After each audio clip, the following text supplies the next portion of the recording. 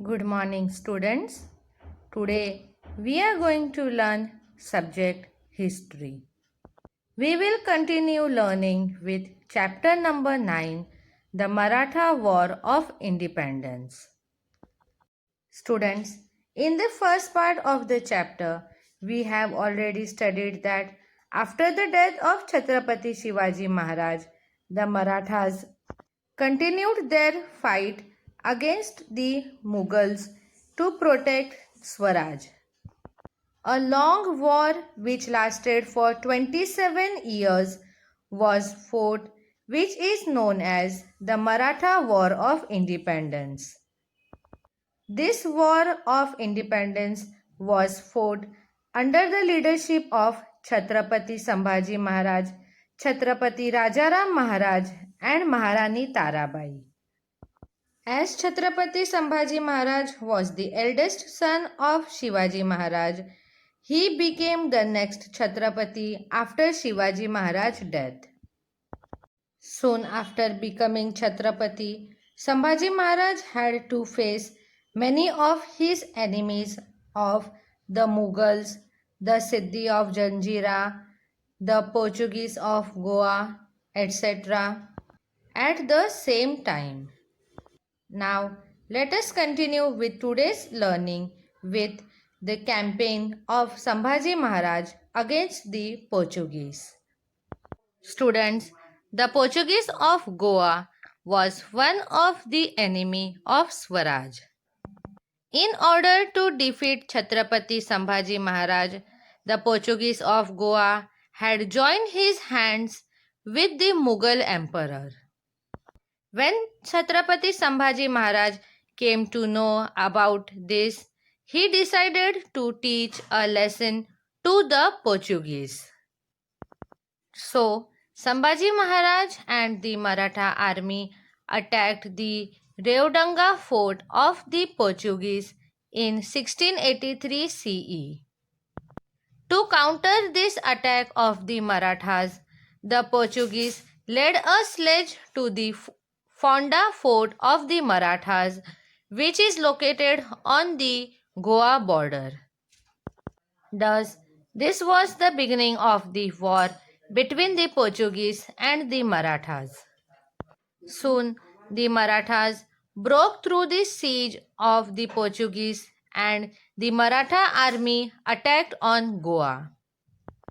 In this battle, Yeshaji Kunk showed great valor. The Portuguese governor was severely hurt and wounded, and he retreated or he turned back in this attack of the Marathas.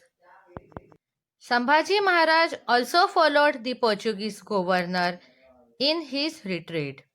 Thus, the Portuguese were in deep trouble. It was felt that Sambhaji Maharaj and the Maratha army will soon get hold over the Portuguese and capture whole of Goa under their rule. But soon the Mughals came out to help their friend Portuguese.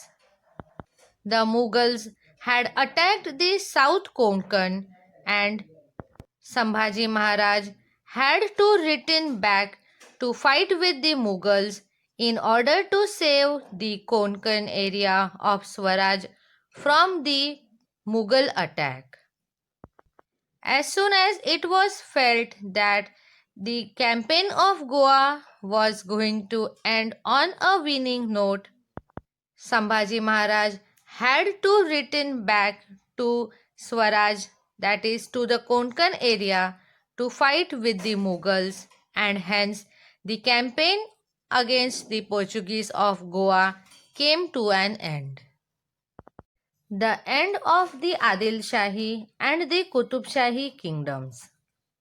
Students, the kingdom of Adil Shahi and Qutub Shahi were the neighboring or the adjacent kingdoms of Swaraj. When Aurangzeb did not succeed in his campaign against the Marathas, he decided to suspend that campaign. It means he decided to end the campaign of conquering the Maratha territory.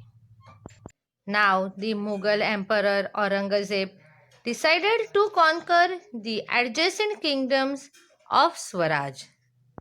So he turned his attentions towards the kingdom of the Adil Shah and Qutub Shah and successfully conquered these kingdoms. After securing a win against the Adil Shahi and the Qutub Shahi kingdoms, Emperor Aurangzeb became even more stronger because all the wealth and the army of both these kingdoms was now acquired or captured by the Mughals. Thus, all the wealth and all the army of the Adil Shahi and the Qutub Shahi kingdoms were also added to the huge and powerful army of the Mughals. With this, the Mughals became even more powerful or stronger. With all his power and might, the Mughal emperor concentrated on defeating the Marathas. The Mughal emperor Aurangzeb and his army attacked the Marathas' territory from all the four sides. This was a huge and a powerful attack by the Mughals against the Marathas. During this encounter or the fight with the Mughal army, the Maratha army general Hambirao Mohite got killed. The sudden death of Hambirao Mohite was a great blow to the military strength of Sambhaji Maharaj. Due to the death of Hambirao Mohite, the military strength was weakened. Students, now let us learn about the administrative skills of Sambhaji Maharaj. Even though Sambhaji Maharaj was busy fighting on various battlefronts, he did not ignore his administrative responsibilities. He continued the prompt of justice and revenue system, which was an important characteristic of Chhatrapati Shivaji Maharaj era. Sambhaji Maharaj severely punished all those landlords who harassed the common people and also to those who rebelled against the Swaraj. As Sambhaji Maharaj was busy in fighting for the freedom of Swaraj, he gave all the administrative powers of Swaraj to his wife Maharani Yeshubai.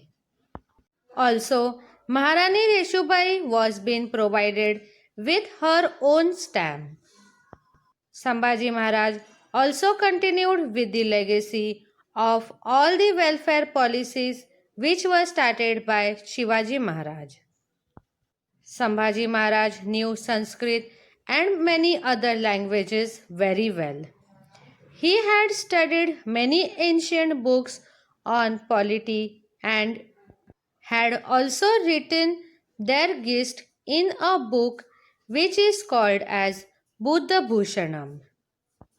This book is written in Sanskrit language, and in this the virtues or the qualities of a good king, prince, and their education and functions, forts, the materials needed on a fort, army, duties of king, etc.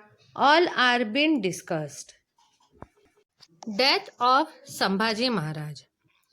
Emperor Aurangzeb was trying very hard to defeat Sambhaji Maharaj so that he can get a complete control over the kingdom of Swaraj. Aurangzeb had placed Mukarrab Khan in charge of the Kolhapur province. Mukarrab Khan was given the responsibility to get hold of Sambhaji Maharaj. Later on, Mukarrab Khan learnt that Sambhaji Maharaj was at a place of Sangameshwar in the Konkan area. Mukarrab Khan and his army raided the place of Sangameshwar and captured Chhatrapati Sambhaji Maharaj. Chhatrapati Sambhaji Maharaj was then taken to the emperor. Sambhaji Maharaj faced the emperor fearlessly. By the orders of Mughal Emperor Aurangzeb, Sambhaji Maharaj was brutally put to death on 11th of March in the year 1689. This Maratha Chhatrapati Sambhaji Maharaj did not compromise his self-respect and he faced his death nobly and bravely. The Marathas took inspiration from this sacrifice of Chhatrapati Sambhaji Maharaj and they intensified or fought against the Mughals with more power. So students, this was all about Chhatrapati Sambhaji Maharaj. In the next part of the chapter, we will study about the next Chhatrapati, that is Chhatrapati Rajaram Maharaj, and also about Maharani Tarabai. Thank you.